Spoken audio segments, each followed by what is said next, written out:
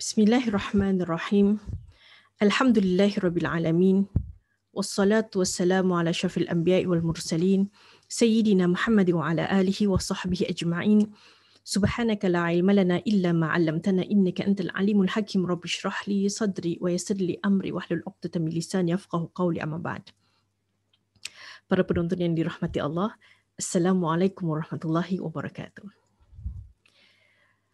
Pada perkongsian kali ini, insya-Allah saya ingin membawa sebuah kisah daripada sirah perjalanan hidup baginda Nabi Muhammad sallallahu alaihi wasallam. Kisah ini adalah kisah yang masyhur yang dikenali sebagai Amul Huzni, iaitu tahun kesedihan, tahun duka cita. Selama 3 tahun, orang-orang Quraisy musyrikin memulaukan keluarga baginda Nabi Muhammad sallallahu alaihi wasallam.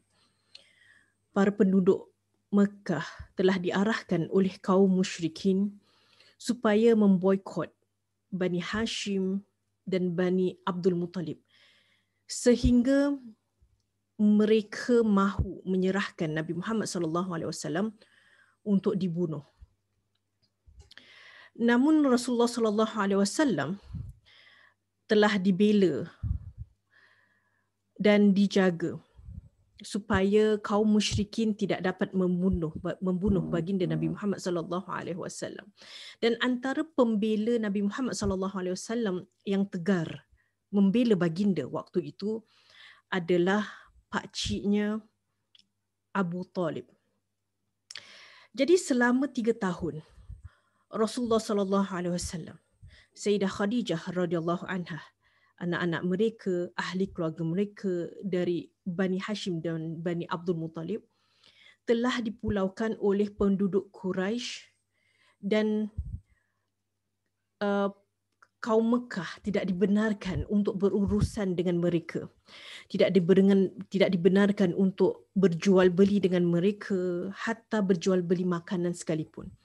Tidak dibenarkan untuk memberi sebarang bantuan, tidak dibenarkan untuk menikahkan anak mereka dengan ahli keluarga dari Bani Hashim dan Bani Abdul Muttalib.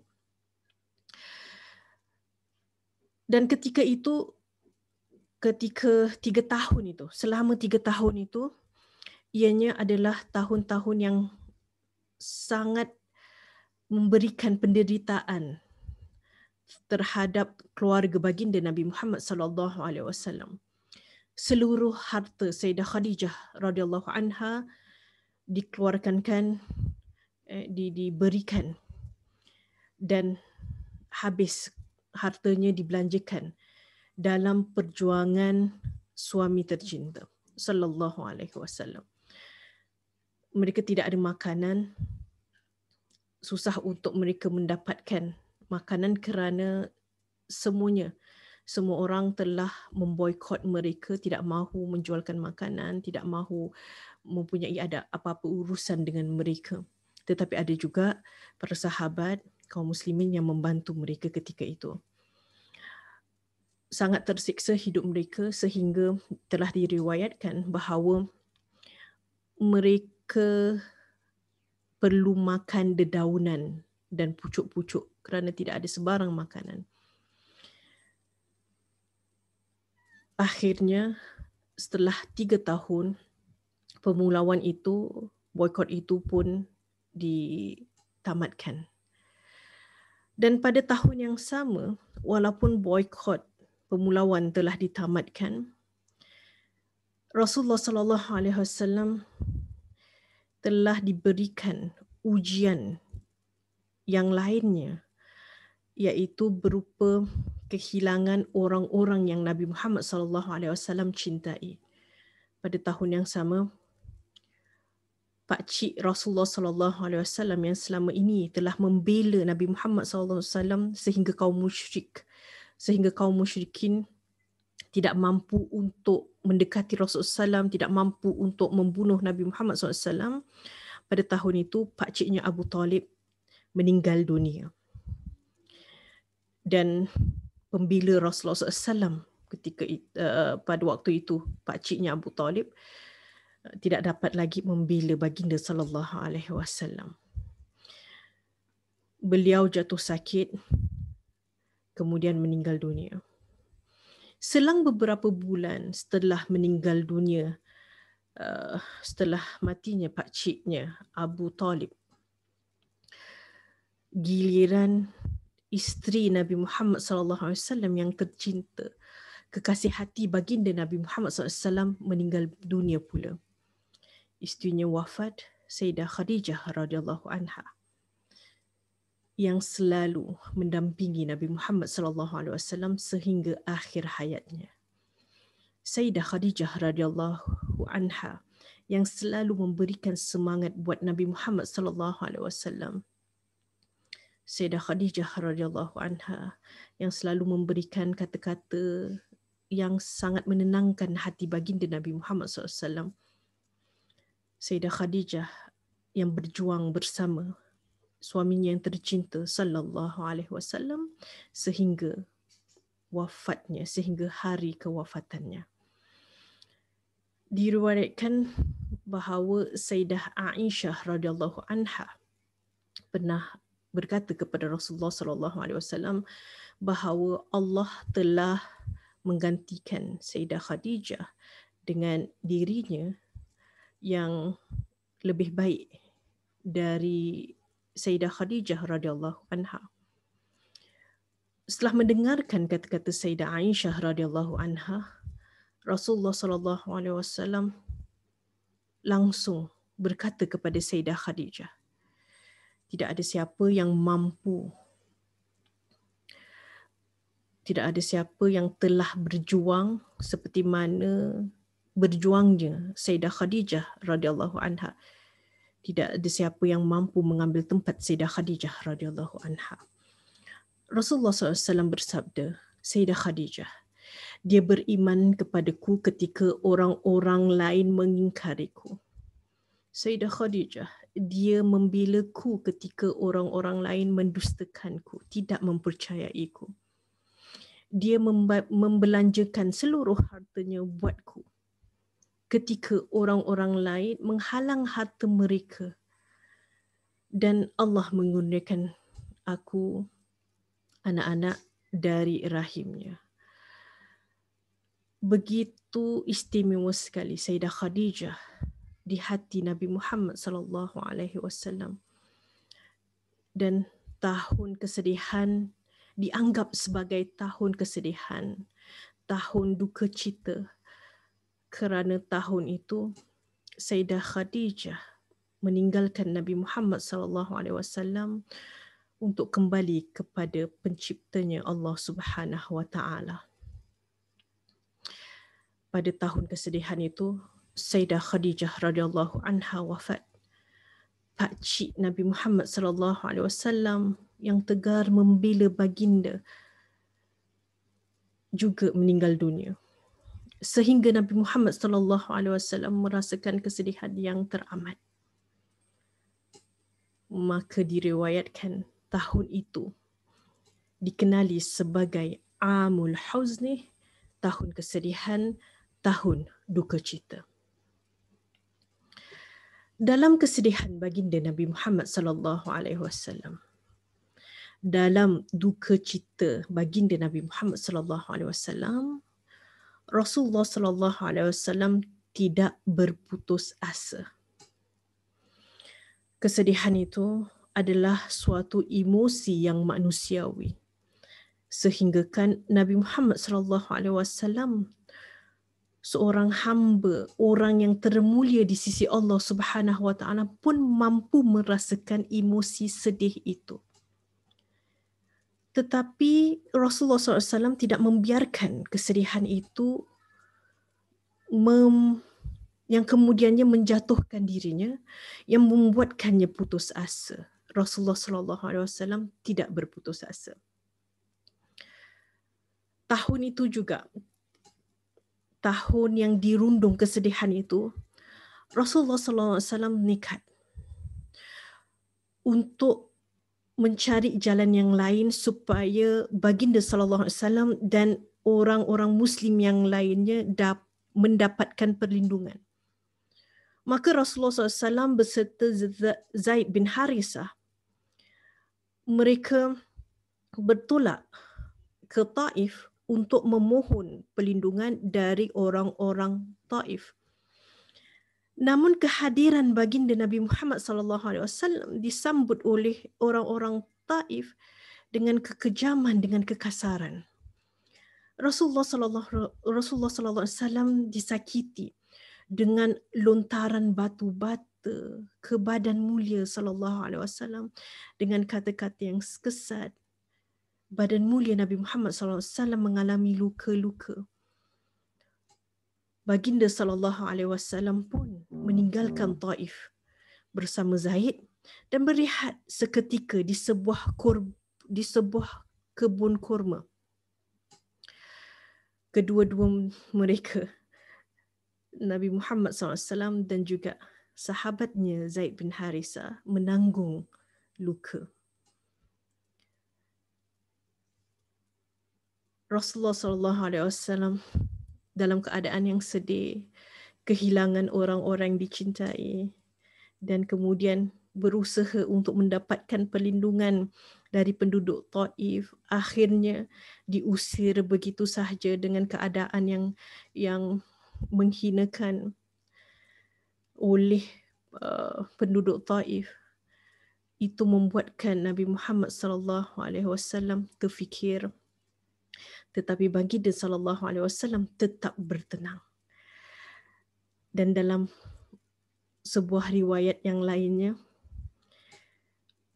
ada doa yang telah dipanjatkan oleh Nabi Muhammad SAW ketika Rasulullah SAW merasakan begitu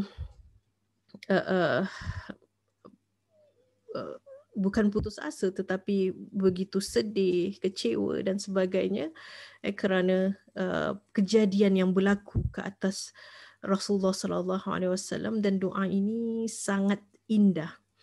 Dan mungkin kita boleh mendengarkan doa ini dan kemudian kita boleh amalkan juga, kerana ini adalah doa yang telah dipanjatkan oleh Nabi Muhammad SAW sehingga Allah Subhanahu Wa Taala memandang baginda Nabi Muhammad SAW dengan penuh cinta, memberikan Nabi Muhammad SAW bantuan dan meminta Rasulullah SAW untuk menanyakan apa sahaja permintaan yang Rasulullah SAW ada.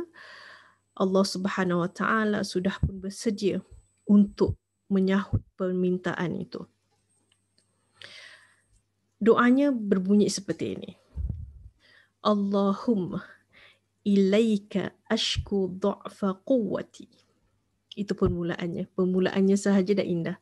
Rasulullah SAW memanjatkan doa kepada Allah Subhanahu Wa Taala dalam keadaan yang sakit, dalam keadaan yang sedih, dalam keadaan yang kecewa.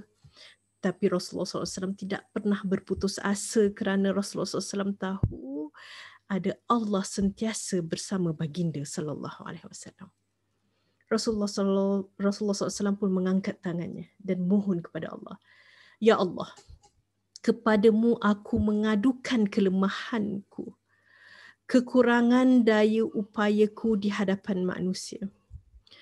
Wahai Tuhan yang maha menyayangi, Engkaulah Tuhan orang-orang yang lemah dan pelindungku. Kepada siapa hendak Engkau serahkan nasibku?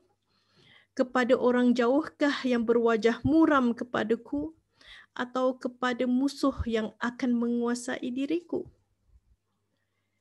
Asalkan Engkau tidak murka ya Allah kepadaku, aku tidak peduli.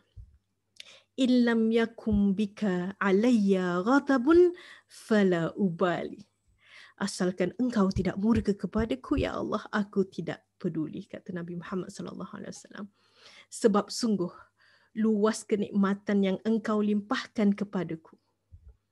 Aku berlindung kepadamu ya Allah, yang menyinari kegelapan, dan kerana itu yang membawa kebaikan di dunia dan akhirat, dan kemurkaanmu dan yang akan Engkau timpakan kepadaku. Kepada Engkaulah ya Allah Aku adukan keadaanku sehingga engkau redha kepadaku, dan tiada upaya melainkan dengan kehendakmu. Doa baginda Nabi Muhammad SAW yang sayup dalam keadaan sedih, dalam keadaan sakit, tapi Rasulullah SAW tidak berputus asa. Bertubi-tubi ujian yang menimpa Nabi Muhammad SAW, tetapi Rasulullah SAW tahu ujian-ujian tersebut hanyalah untuk meninggikan kemuliaannya di sisi Allah Subhanahu Wa Taala. Ujian-ujian itu bukan untuk menzalimi kita, bukan untuk menzalimi Rasulullah sallallahu alaihi wasallam, bukan untuk menzalimi umat manusia, umat Nabi Muhammad sallallahu alaihi wasallam. Ujian itu adalah untuk menguatkan kita dan mengingatkan kita kembali kepada Allah Subhanahu wa taala, Tuhan yang Esa. Kita perlu panjatkan permohonan bantuan daripada Allah Subhanahu wa taala. Nabi Muhammad sallallahu alaihi wasallam meninggalkan buat umat baginda Nabi Muhammad sallallahu alaihi wasallam contoh dan pengajaran yang berharga. Ketika kita ditimpa kesusahan dan berbagai rintangan, apa yang perlu kita lakukan? Apakah pengajaran yang telah diajarkan oleh Nabi Muhammad sallallahu alaihi wasallam kepada umat baginda? Dalam kehidupan ini pasti dipenuhi dengan berbagai cubaan dan ujian. Tidak semuanya baik-baik belaka. Tidak semuanya kegembiraan. Pasti ada unak duri di situ. Pasti ada ujian. Pasti ada kesusahan. Pasti ada keadaan-keadaan yang kemudiannya membuatkan kita merasakan sedih, kecewa dan tersakiti. Ketika kita merasakan emosi-emosi seperti ini, ketika kita merasakan bahawa tahun ini adalah tahun kesedihan, tahun ini bukan tahun yang baik buat diriku, ada contoh yang telah pun diajarkan oleh Nabi Muhammad SAW bagi kita untuk melalui tahun-tahun keadaan-keadaan yang menyedihkan seperti ini. Kita berada di tahun 2020. Seluruh dunia sedang menanggung derita dengan keadaan COVID-19. Semua orang pasti merasakan kesannya. Pengajaran yang Nabi Muhammad SAW tinggalkan buat kita kekal relevan. Rasulullah SAW telah mengajarkan kita bagaimanakah kita melalui hidup-hidup kita, melalui kehidupan kita ketika menghadapi ujian. Ada beberapa poin yang ingin saya kongsikan. Yang pertama, bersedih hati, rasa kecewa, rasa diri sedang jatuh, sedang dizalimi, sedang sakit, itu adalah rasa yang manusiawi. Ianya tidak dilarang agama. Rasulullah SAW sendiri merasakan kesedihan sehingga tahun yang sangat menyedihkan Rasulullah SAW itu dipanggil sebagai tahun kesedihan, tahun duka cita. Jadi rasa itu adalah rasa yang manusiawi. Poin yang kedua, walaupun rasa dan emosi sedih itu, kecewa itu dibenarkan, ianya perkara biasa, tetapi putus asa tidak dibenarkan dalam agama. Merasakan diri tidak mahu melakukan apa-apa lagi, tidak mahu berusaha, saya dah putus asa, saya tidak mahu hidup lagi, saya tidak mahu melakukan apa-apa lagi, itu sebenarnya tidak dibenarkan dalam agama. Persoalannya sekarang ini, bagaimanakah saya membangkitkan semangat supaya tidak mudah berputus asa? Rasulullah SAW telah pun mengajarkan. Ini buat mereka yang masih boleh lagi membantu dirinya sendiri. Kepada mereka yang merasakan bahawa anda tidak mampu mengawal emosi anda, perasaan anda, merasa kemurungan dan sebagainya, sila dapatkan bantuan orang yang ketiga, mendapatkan bantuan pakarnya. Mereka akan mampu membantu anda untuk melewati segala rasa-rasa, segala pemikiran yang sedang anda lalui. Jadi di sini apakah ajaran baginda Nabi Muhammad sallallahu alaihi wasallam? Yang pertama, kita perlulah kembali kepada Allah Subhanahu wa taala dan luahkan sepenuh hati kepada Allah Subhanahu wa taala. Kerana Allah adalah mempunyai sifat yang maha mendengar dan selalu merindukan suara hamba-hambanya, memohon kepadanya.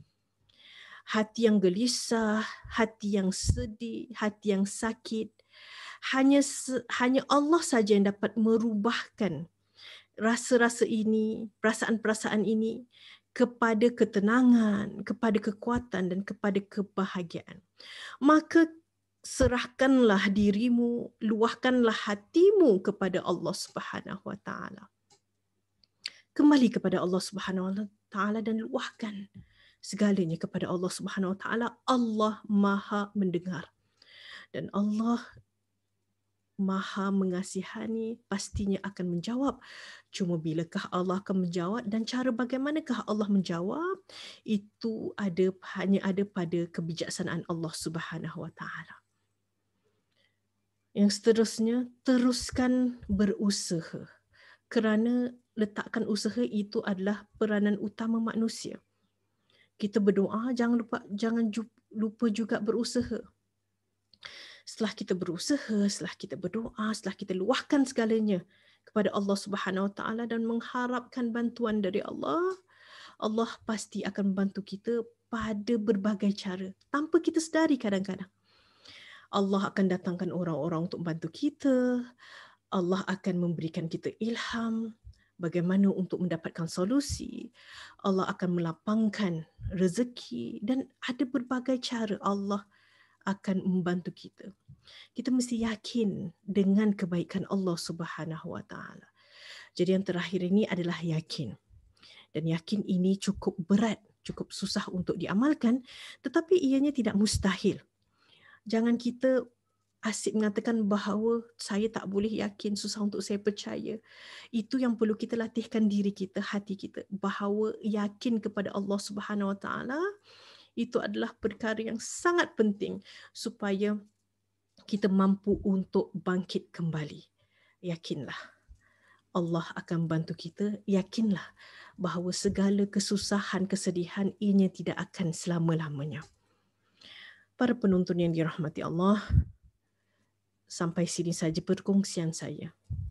Marilah sama-sama kita saling mengingatkan antara satu sama lain untuk selalu mengingati Allah Subhanahu wa taala, untuk selalu mendekatkan diri kepada Allah Subhanahu wa taala, untuk selalu berusaha mendengarkan apakah pengajaran yang telah diajarkan oleh Nabi Muhammad sallallahu alaihi wasallam kepada umat baginda sallallahu alaihi wasallam. Semoga Allah selalu memandang kita semua dengan pandangan kasih sayangnya dan memudahkan segala urusan kita serta menghapuskan kesedihan, duka cita, sakit yang ada pada badan dan juga hati kita. Semoga Allah merahmati dan memberkati. Terima kasih kerana sudi mendengarkan. Aqulu qauli hadza wa astaghfirullahal azim li wa lakum. Sekian, assalamualaikum warahmatullahi wabarakatuh.